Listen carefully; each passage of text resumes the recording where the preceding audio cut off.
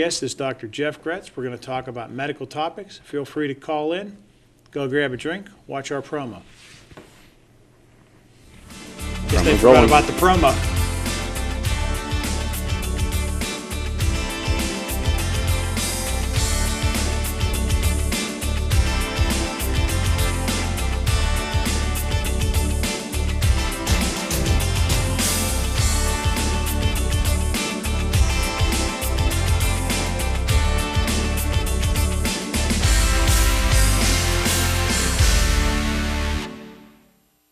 Tonight's topic is medical topics, common medical topics, the reasons you go to your doctor. Tonight's guest is Dr. Jeff Gretz, one of the board-certified internists in the area. Jeff, welcome to the show. Thank you very much, Gene. It's a pleasure to be here for the second time. Thanks for coming back. Mm-hmm. Hey, tell us, we're just all settling down from the dinner hour. I mean, nobody's going to watch the Steelers tonight, and I don't even know if there is a football game on tonight, guys? There is. Shaking our head. Mm-hmm. Okay, but we're more important than the football game, so... let's talk to the audience a little bit and ask, what exactly, why would they come to see you for a routine medical visit? I mean, what would be a good reason? Gene, we're internal medicine. That's a specialty that I am. It's a division of primary care. There's family practice, internal medicine, and we specialize as internists in the adult patient. We do physical exams and take care of complex medical problems. Generally the thorough history and physical is part of the evaluation.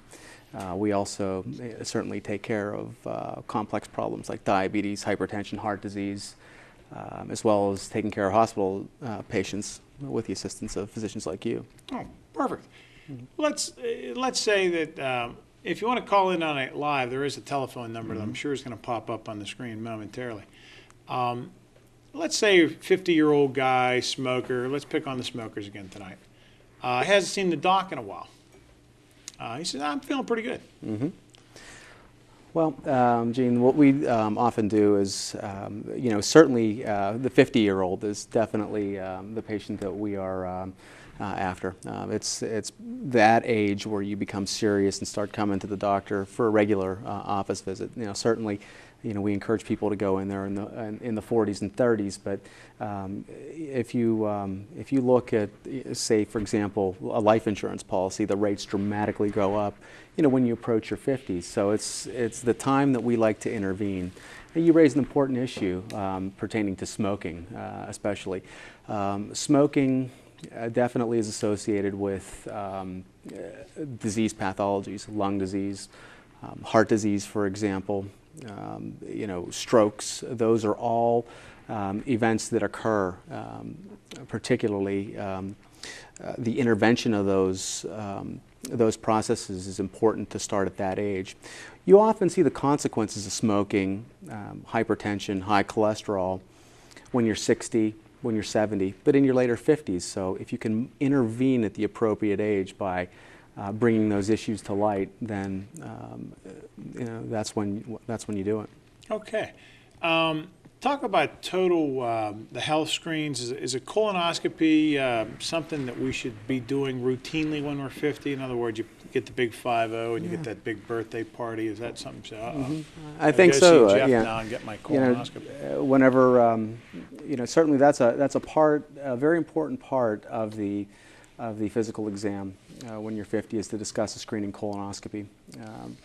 The incidence of colon cancer is certainly among the most prevalent cancers that we see in our practice.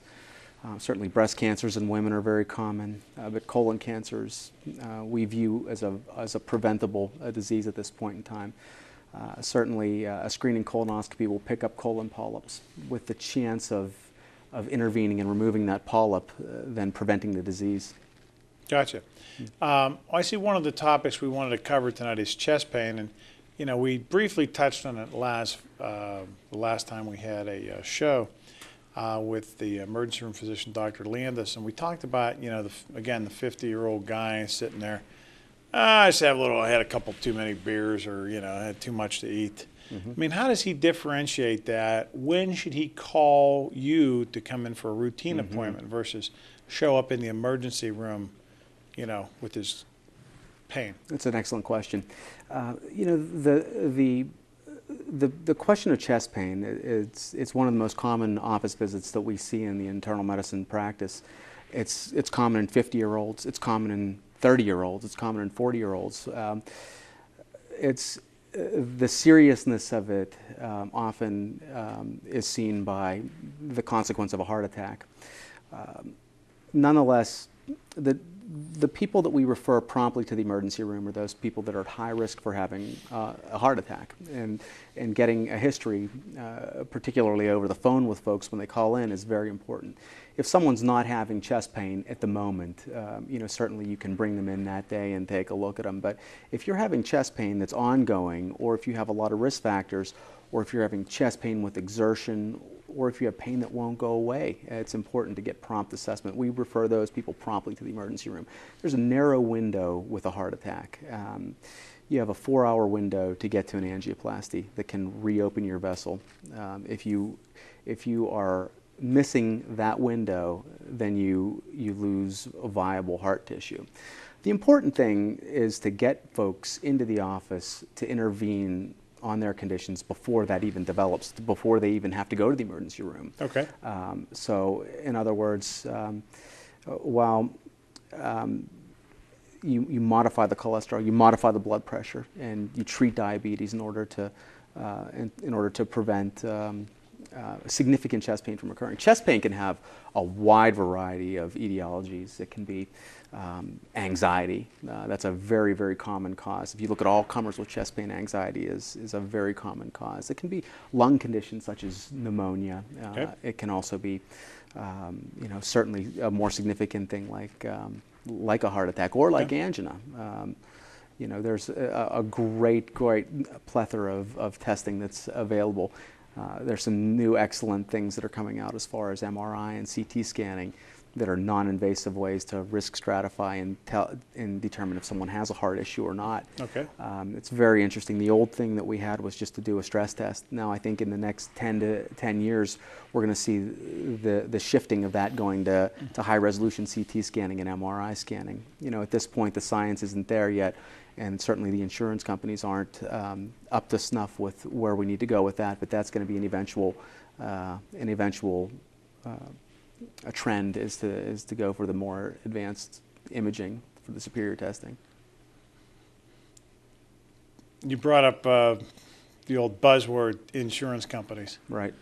A famous guy referred to insurance companies as, well, I'll be nice and say middlemen. He had other words for them. But I'm certain that it's their job in life to take your hard-earned money and keep it rather than give it either to the doctor or the hospital. Yeah. So heaven forbid, there'll have to be overwhelming evidence that CT scans are better than stress tests, because the only overwhelming evidence that a lot of these, and we always offer the insurers to come on board and give us a little talk. We'd be more than happy to have you as a guest on a show. Feel free to call my office, call the hospital, ask for Kim. Be happy to have you on board. We'd love to talk to you. We always like to talk to insurance companies, especially those that have many, many billions of dollars in reserve. In case a really bad cold or flu season comes on board, you never know when that money might be necessary. So back to this chest pain issue. If you're, just for guideline purposes, so if you have chest pain, severe chest pain, don't fool around with it. Go right to the emergency room? Absolutely. Okay. Absolutely. But if it's something that's kind of nagging, comes and goes, give your office a jingle. Give your office a jingle. You talk to your doctor, and then definitely, it's something that we advise to be seen promptly. Got it. As far as, let's talk a little bit about the flu season. Flu's coming up. Absolutely.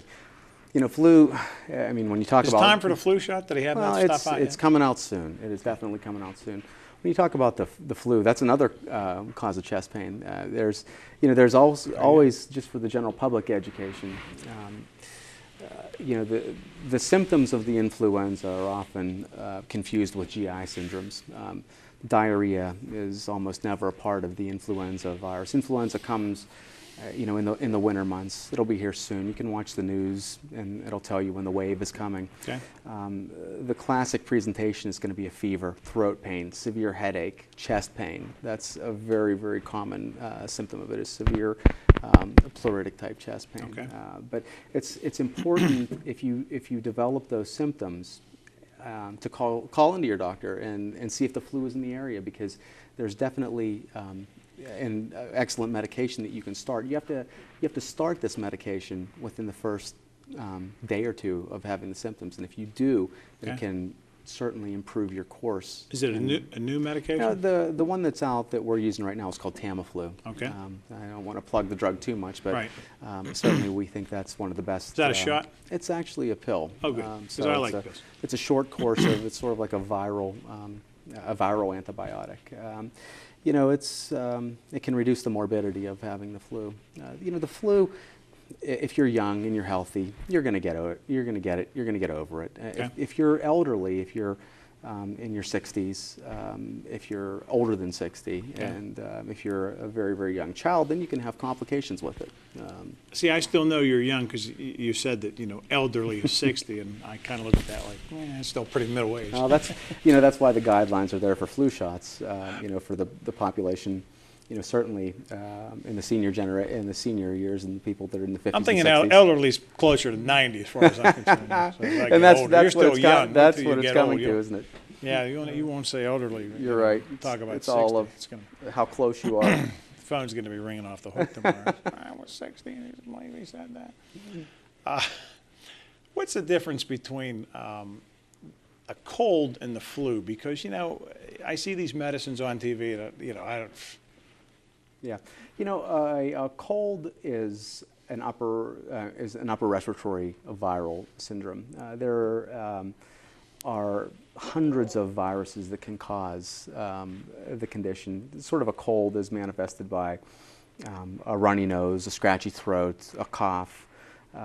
There's Not many, usually many high viruses. fevers now.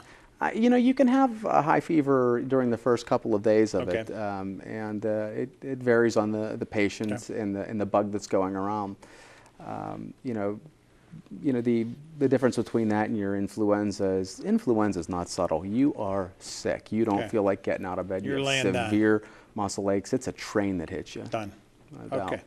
So then they got to definitely give you a jingle for that. That's In the it's- older population, the 70, 80, 90-year-old, that's a potentially life-threatening problem. Yeah,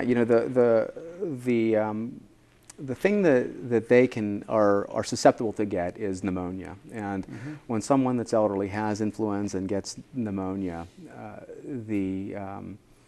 that is a very serious situation that requires close attention, often hospitalized. Okay. So if you get the flu, it can end up in pneumonia. Now, the flu is caused by some sort of influenza bug. It's That's a right. virus. It's a virus. But then the pneumonia, could that be viral? It's Could it generally be a bacterial? it can be viral or it can be bacterial, Okay. and it's a super infection Yeah. when you're in a weakened state, and it's a double whammy. So you can be plenty sick from the flu virus Okay. alone, and then you get something like a pneumococcal pneumonia, Okay. complicating things. So for the lead-in to that, then I would take it. You have vaccines to prevent these things. That's right. That's Okay. right. There's your classic flu shot, and then there's an inhaled vaccine. Certainly more commonly the shots are given to the adult population. So, Who gets the inhaled vaccines? pediatric patients can, and it's indicated for. How about people that are afraid of shots? That too. Okay, good. See about that next That's time I right. stop That's by. right. But we don't have the shots for the flu yet. Not correct? yet. They usually are released close to now. They'll be coming Okay. out within the next several weeks, I would think. Okay. So elderly, people with There's what are the the guidelines for who should get flu the, shots? the guidelines are healthcare workers, all healthcare workers in general. There's different indications on pregnant women in like the various trimesters Okay. in pregnancy, and there's even infants it's indicated, and then people with medical problems. If you have pneumonias in the past, if you have comorbid diagnoses like diabetes, or if you're on some of these immunosuppressive drugs for rheumatoid arthritis or anything that would weaken you, especially people with chronic obstructive lung disease. It's very important that all of them get flu shots as well as pneumonia vaccines. Okay. I'd like to remind everybody at home tonight, if you just tuned in, it's Dr. Jeff Gretz, board-certified internist. We're just talking about common medical problems. If you want to give us a jingle tonight and ask any questions in the general medical field, we'll be happy to field them this evening. Mm-hmm. Unfortunately, the Pirates are done again for the year, and so there's not a lot of baseball talk. One guy made did the batting average thing. That was pretty cool. The batting title? That's the thing. Yes. And we always offer sports trivia on this show. I don't know if you knew that, but I found out today that the Minnesota Twins made it into the playoffs. Did you know that? And they were in first place for first time it's ever happened. They were only in first place for the first time yesterday, which is a darn good time to be in first place. Mm-hmm. End of the season. In case you're a baseball buff, there you go. Where you have your Tiger Woods winning his sixth straight. Six in a row. He's got 5 more to go to beat Byron Nelson, who died last week. It's a little sports update, age of 94. Iron Byron. Is that right? 94 years old. Wow. Won a lot of titles. Impressive streak. 11 in a row is pretty solid. I don't even think Tiger can get there. Let's talk a little bit about, it's important to go in and see your doctor. How about weight loss? You know, it's about the time of year, well, I guess right after Thanksgiving, right? Mm-hmm. Everyone's their New Year's resolutions is weight loss. Absolutely. I mean, that's got to be number one if you had to bet. If you went to Vegas, not that I would, but if you went to Vegas and said, you know, what do people do? New Year's resolution, I mean, weight loss got to be right at the top. Yeah, absolutely. You know, I mean, the problem, start now. The problem of weight is just a growing problem. Obviously, if you look at the charts across the United States, no pun intended. Of where the normal weights are going, it's significantly increasing. The problem in West Virginia is huge. It's one of the 3 largest states that there is, so to speak. But even the pediatricians are starting to be aggressive in this. Okay. The latest thing is something called a body mass index, and that's a measurement. There's a problem. You say, okay, am I overweight or am I obese? And it's hard to differentiate those things. So they came up with a chart. You'd say, okay, what's based on the normal weights, you have your insurance has actuary tables determine what the average weight is. Now, you say, they look at an average weight, but you say, what's obese? Obese is based on this body mass index that's been developed. Okay. It's BMI. A weight in kilograms divided by your height in meters squared. And by that number, you can calculate how overweight you are. When you get into the upper limits, which is like 30 and above, if you look at the number on that, if you divide it out, then you start to run into health problems. So you like to modify and intervene on these things. Now, certainly, it's all about the diet. It's all about the exercise program. And as a last resort, surgical procedures, and I say that truly as a last resort. It's if you go to McDonald's and look at and I shouldn't just pick on McDonald's. All fast food we joints. both know the guy that owns McDonald's. He's a great guy. Great guy, absolutely. Great guy. I went pick to on Wendy's. I went there and I said, hey, how much is in a fish sandwich? And it's all too much. And if you eat out at any restaurant, it's loaded with fat, and it all tastes good. But you can. I'm not discouraging people from eating out at restaurants, but you have to be cognizant that hey, if you go to the restaurant, you got to work it off, or you have to diet later in the week to justify eating out there. The people I see that are overweight just tell me that they're just short for their weight. Yeah, it's an easy thing to deny, but the bottom line is in the society we live in, the emphasis certainly is not on exercise. And it's more on leisure at this point in time. There's more TV that you can watch than more ever. video games, more computer things. Exactly. It's very important to do. The most common form that's frightening to us is the male type weight gain, where you put it around the abdomen. That's the one that's associated with with heart disease. That's what's associated with hypertension, developing diabetes. When you have those factors, the incidence of heart disease is significantly higher. Do they have a number that you want your waist size should be under? You know, when you look at this, you say, okay, if your body mass index is greater than 30, and then if your waist circumference is I think greater than 40, oh, that's good. Then you certainly right there. you know, are in need of definite modification. Slid right under the goose in there. Just barely, I might add. Yes. People always tell me, well, they don't, doctor, you know, I don't really eat that much. And that is, they've never said that's that one of to the you, greatest have they? mysteries. Oh, sure. You know, we see that every day. Nobody eats anything and everybody exercises, but we all gain weight.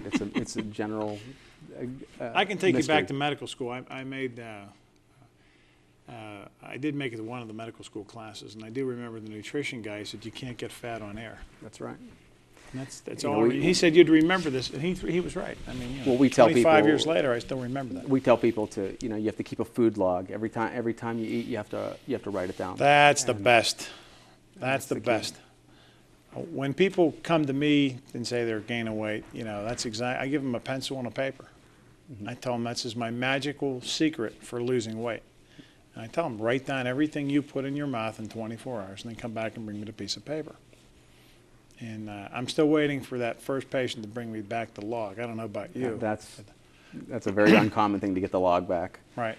But it's a tough problem. There's no doubt about it. It is difficult. I mean, even if you exercise all the time, if you let up in the least bit and you go to Red Robin Burger, which is Oh, they're the best.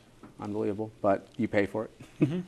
Well, you know, we see that, and I, you know, 5, 10, 15 years ago, I remember everybody was, you know, on the cover of every magazine was anorexia and bulimia and all this stuff.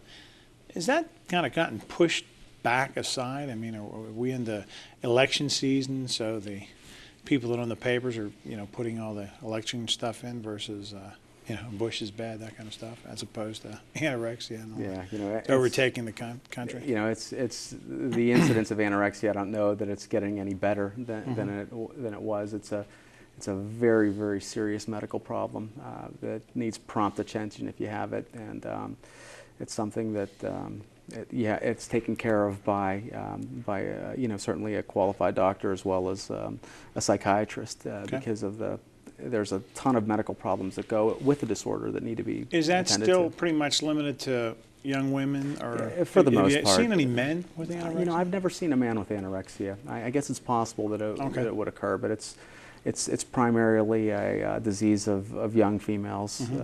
You know, it's seen in, for some reason, it's, you know, in families. You know, if you have some relative that has the disease it, runs in the family. No, well, it's going to be Anorexia? more. The incidence is going to be more common. I see. But, That's interesting. So, stop smoking, eat less, exercise more, turn off the computer, take a hike, That's it. go walk over the track. It's 100 feet away. Actually, it's longer than that, probably 100, That's it. 100 yards away. One good drive and a good 3. I mean, I think hit it's on the it's asphalt always a pavement. good idea to weigh yourself a few times a week. You know, to go get a checkup periodically, know what your blood sugar is, know what your cholesterol is, and you know, plain and simply to know your body. You should exercise. You know, if you're getting any symptoms, if you're short of breath, if you're having chest pain, if you're not feeling well when you're doing things, you need to get looked at. And if, you know, you shouldn't let a fear of exercise, you know, hold you back. So you get checked out, and if you're okay, then you go for it. Is there any right way to start on a diet?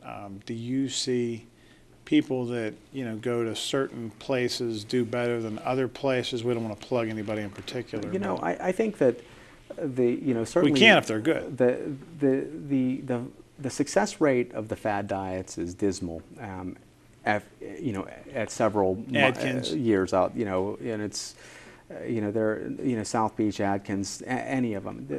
The correct way to make a change in a patient is by lifestyle modification, and that is to to exercise and to diet. And it's really not rocket science. It's you know what the bad Excuse me. things are. You know not to go raid the closet with the Dorito chips in it. It's not to snack, not to eat the ice cream, and that's a big sacrifice. But the bottom line is you eat a reasonable small breakfast, and don't skip breakfast. People that skip breakfast are generally heavier than breakfast eaters. A reasonable lunch, a salad with fat-free dressing, a simple sandwich with some light, light meat of a sort, and then a dinner where you don't have to eat seconds.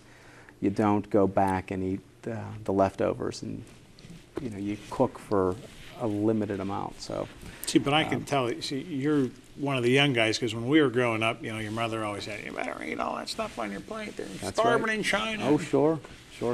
Eat your peas." I never liked peas, by the way. I got to be 6'3", not eating peas, so I think it's probably okay to skip peas. However, that true? Hey, George Bush won't eat broccoli, right? Well, neither would I. You won't That's eat the peas? thing. No, asparagus I like, but broccoli, no, forget it. And me and George Senior. Just keep the hollandaise sauce off. I don't like holiday sauce, so it works not good. You say exercise. Not everybody can, run marathons or do that kind of stuff. I mean, what's a reasonable exercise for, John Q. public out there to pick up on?